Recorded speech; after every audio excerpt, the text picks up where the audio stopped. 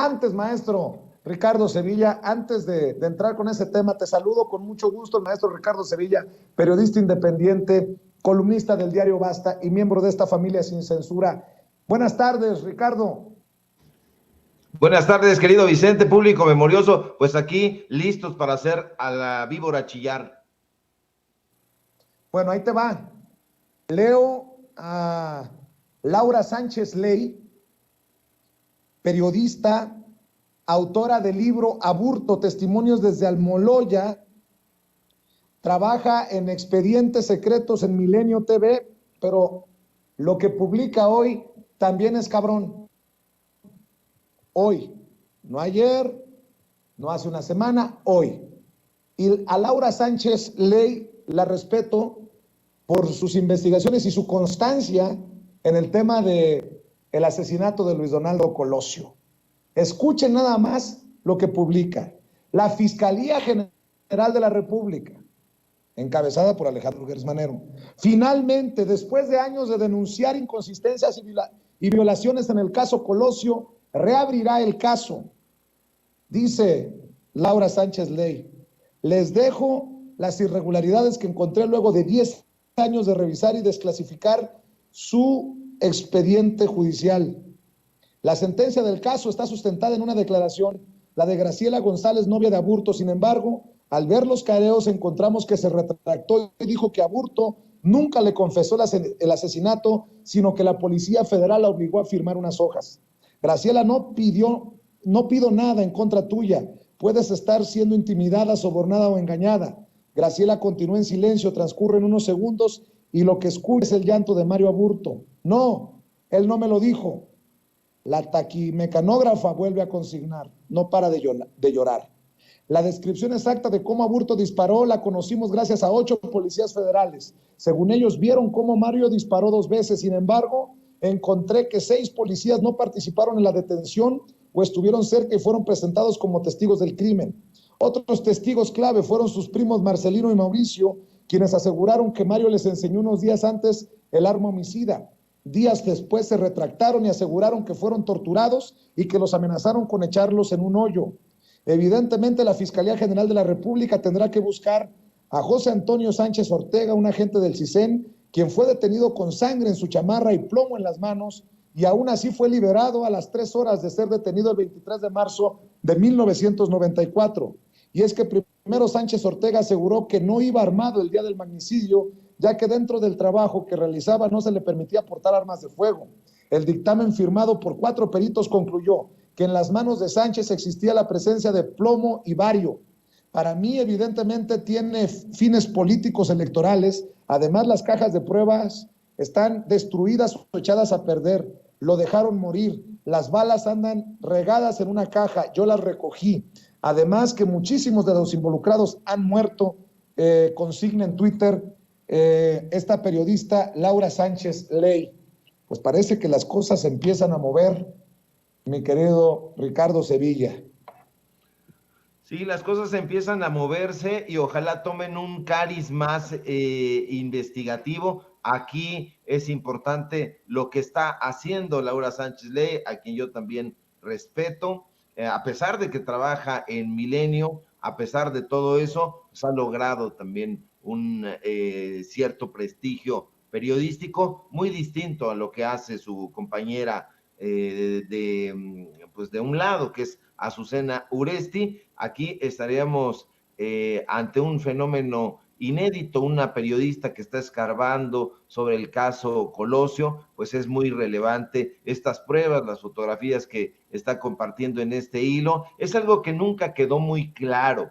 Un libro, y aquí a lo mejor voy a recibir el abucheo general, pero Héctor Aguilar Camín escribió un libro que se llama Colosio, y ese libro que me parece de lo mejor que escribió Aguilar Camín, no así sus novelas, no así lo que publica en Exo, sino en ese libro hace una investigación donde salen a relucir nombres incómodos, incluso por ahí, además de Manuel Camacho Solís, sale a relucir el nombre de Marcelo Ebrard, no se ha leído ese libro como debería, está publicado en Alfaguara, échenle un ojo, porque ahí sí Aguilar Camín se mete a fondo y hace señalamientos interesantes. Yo creo que había un distanciamiento ahí de Colosio, porque hay que recordar que Aguilar Camín fue siempre muy cercano a Carlos Salinas de Gortari, fue su intelectual de cabecera, pero el caso Colosio, insisto, siempre estuvo lleno de bruma y hasta hoy esa bruma no se ha podido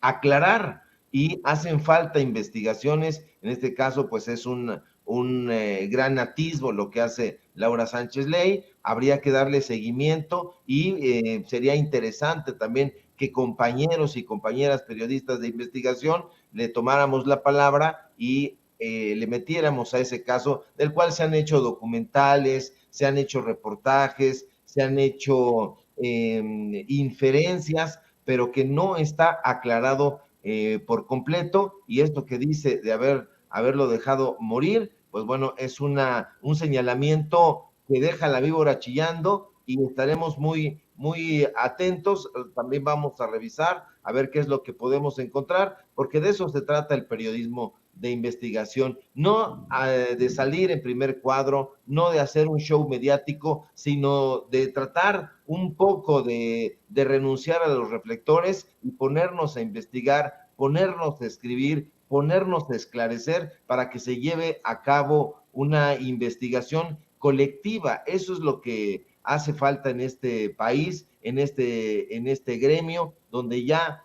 parece que el periodismo de investigación se ha convertido en otra cosa y pues bueno, todo el mundo quiere tener columnas de opinión, todo el mundo quiere participar dando su punto de vista, pero han renunciado a los datos duros. Entonces, esto que está haciendo Laura Sánchez Ley, insisto, me parece de la mayor relevancia. Bueno, también relevante lo que hoy hizo el presidente.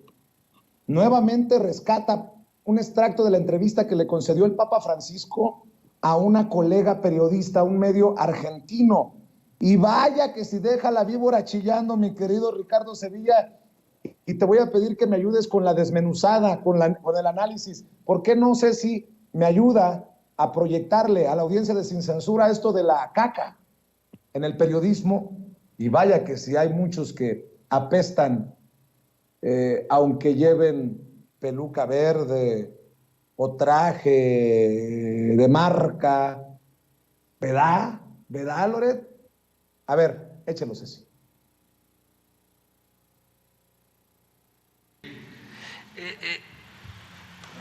Es sobre los medios de comunicación y aplica para todo el mundo. En Buenos Aires, era arzobispo, y se me ocurrió hablar de los 4 pecados de la comunicación, del periodismo. Primero, la desinformación, decir lo que me conviene y callarme lo otro. No, decir todo. No podés desinformar, tenés que informar todo. Segundo es la calumnia. Se inventan cosas. A veces te destruyen una persona con una comunicación. Tercero es la difamación, que no es calumnia, pero quizá una persona que en otra época la pensó de esta manera, pues su pensamiento cambió y qué sé yo, traerle lo que ya cambió. Es como si a vos, adulto, te trajeran los pañales sucios de cuando eras chiquito, ¿no? Es decir, era chico, era así, pensaba así, cambió, ahora es así, no difamar. Y el 4 pecado es la coprofilia. Es decir, es el amor a la caca, el amor a la porquería, ¿no? O sea, buscar ensuciar, ¿no? Buscar el escándalo por el escándalo, ¿no? Mi querido Ricardo Sevilla, necesitamos de que nos ayudes a desmenuzar el nivel de las declaraciones del Papa y el mensaje tan duro desde la mañanera del presidente Andrés Manuel López Obrador.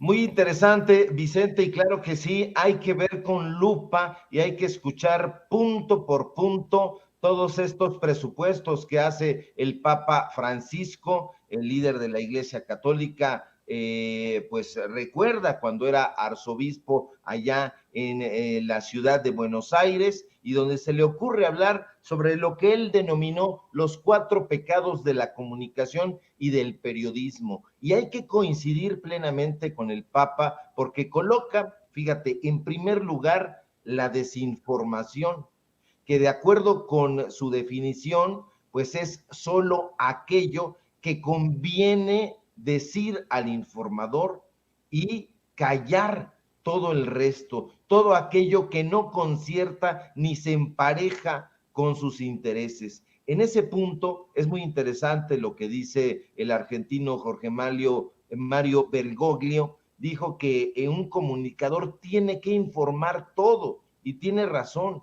El comunicador no debe guardarse nada. Si está en contra de lo que él imaginaba o pensaba o sospechaba, no importa.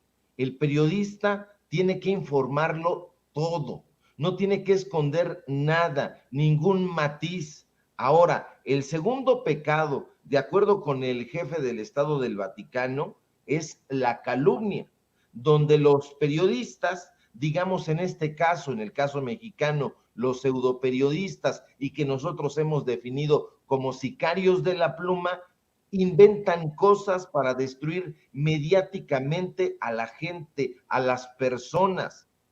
Ahora, el tercer pecado del pseudoperiodista, llamémosle así, de acuerdo con el religioso, por cierto, Vicente de extracción jesuita, coloca la difamación, que según su analogía no es precisamente calumnia, pero sí se le asemeja mucho. Y ahí pone un símil muy interesante.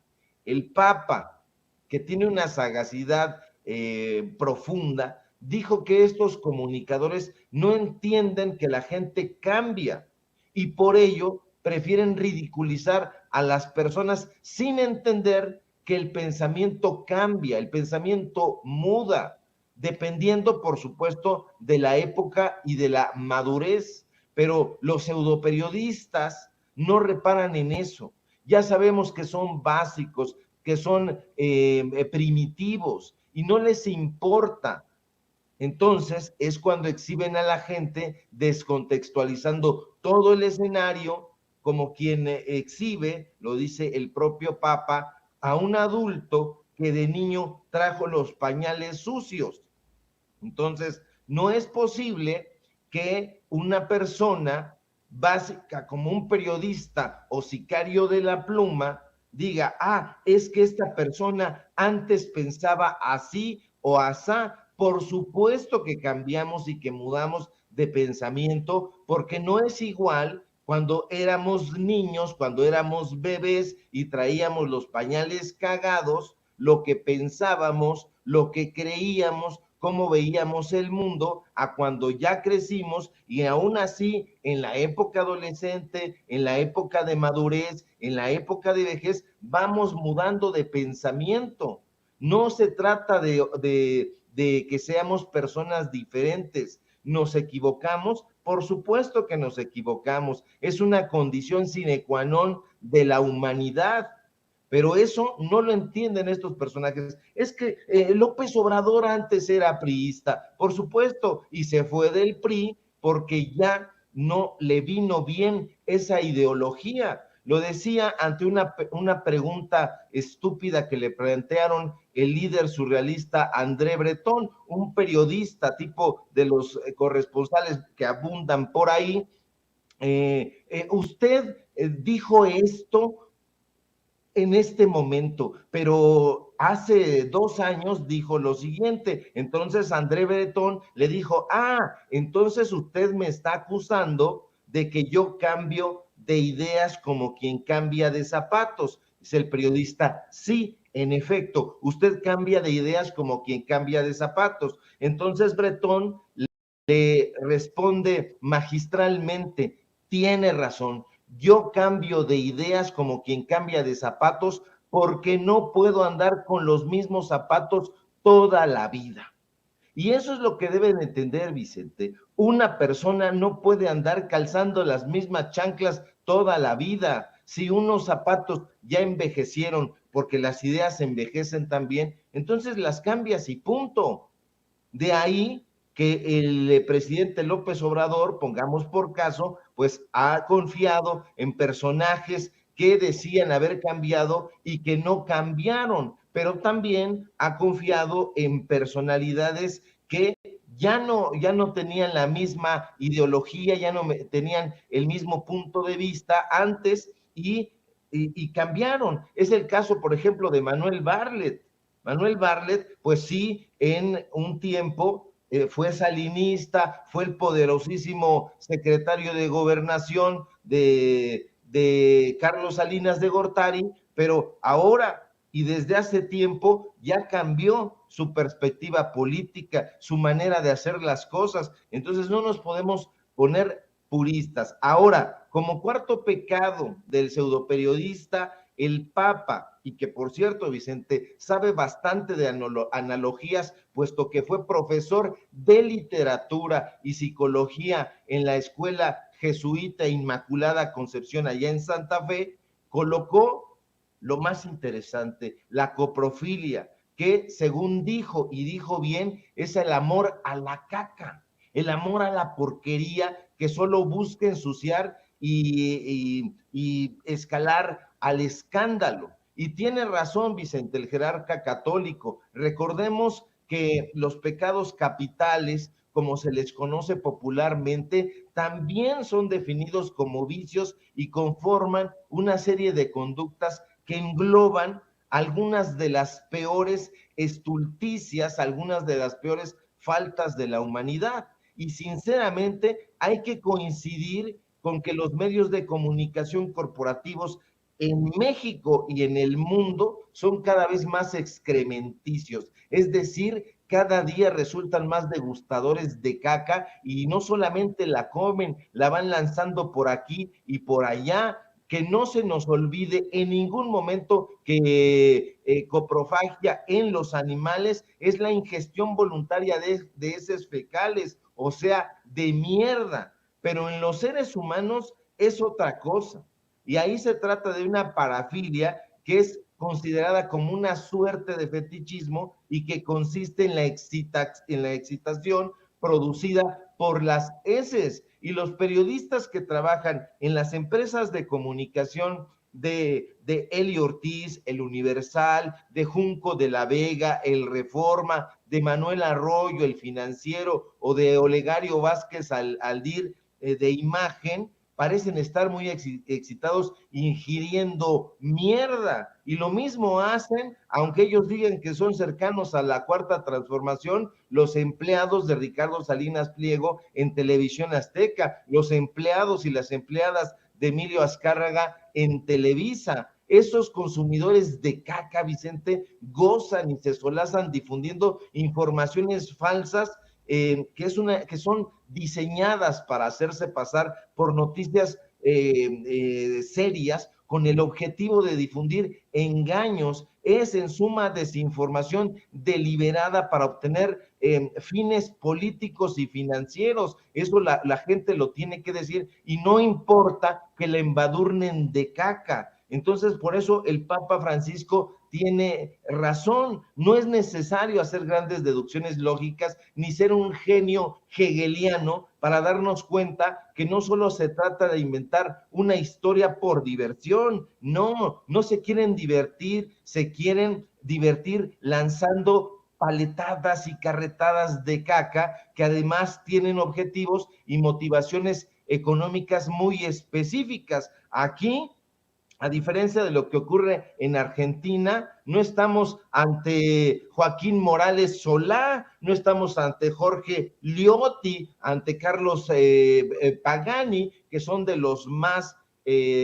periodistas más destacados e influyentes allá en Argentina, ¿no? Aquí estamos ante Pascal Beltrán del Río, ante Loret de Mola, ante Ciro Comemierda, fíjate ahora que así le dicen, pues tiene razón y calza muy bien con lo que dijo el Papa Francisco. Las fake news llenas de caca siempre, Vicente, generan un daño muy grave a las dinámicas sociales, y eso lo sabe la oposición. Y cuidado con ese sucio fenómeno, porque es demencial. Y bueno, pues intentan enlodar, llenar de caca los espacios informativos. Yo creo que llegas a Televisa, llegas a Imagen y vas a encontrar ahí, como tú dices, hedores fecales. Definitivamente se trata de una lucha de la verdad contra la mentira, pero sobre todo de una lucha de higiene informativa contra la mierda. Uf, como diría el perro Bermúdez, y recontra mi querido Ricardo. Y ahora sí, creo que queda aquello de que cada quien se ponga el saco si le queda. Y creo que les va a quedar a muchos, les va a apestar a muchos. Recuerdo aquello que dijeron, no me acuerdo quién lo dijo aquí en Sin Censura, sobre el caso de Carlos Alarraqui.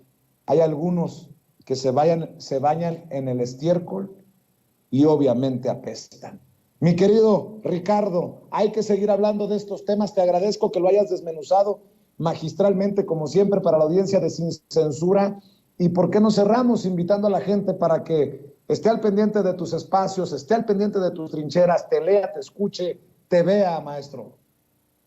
Claro que sí, querido Vicente, al contrario, el gusto es mío, como siempre. Síganme, por favor, en mi columna del diario Basta. Hoy escribí acerca, a propósito de Enrique Peña Nieto, ya la compartí en redes y la vamos a estar difundiendo por aquí y por allá. No tiene caca, pero, pues bueno, a lo mejor despide malos hedores porque se trata de Peña Nieto. Síganme por favor en los datos duros. Hoy tenemos informativo en punto de las 8:30 de la noche. Síganme en mis redes sociales, @Sevilla Crítico en Twitter, en Facebook Ricardo Sevilla, así nada más. Y síganme por favor aquí en Sin Censura, donde estoy participando al filo de las 11 de la mañana, poco más tarde, más temprano, según la información lo dicte. Y te mando un fuerte abrazo, querido Vicente, y si todo marcha bien, nos encontramos por aquí el próximo lunes. Un excelente fin de semana.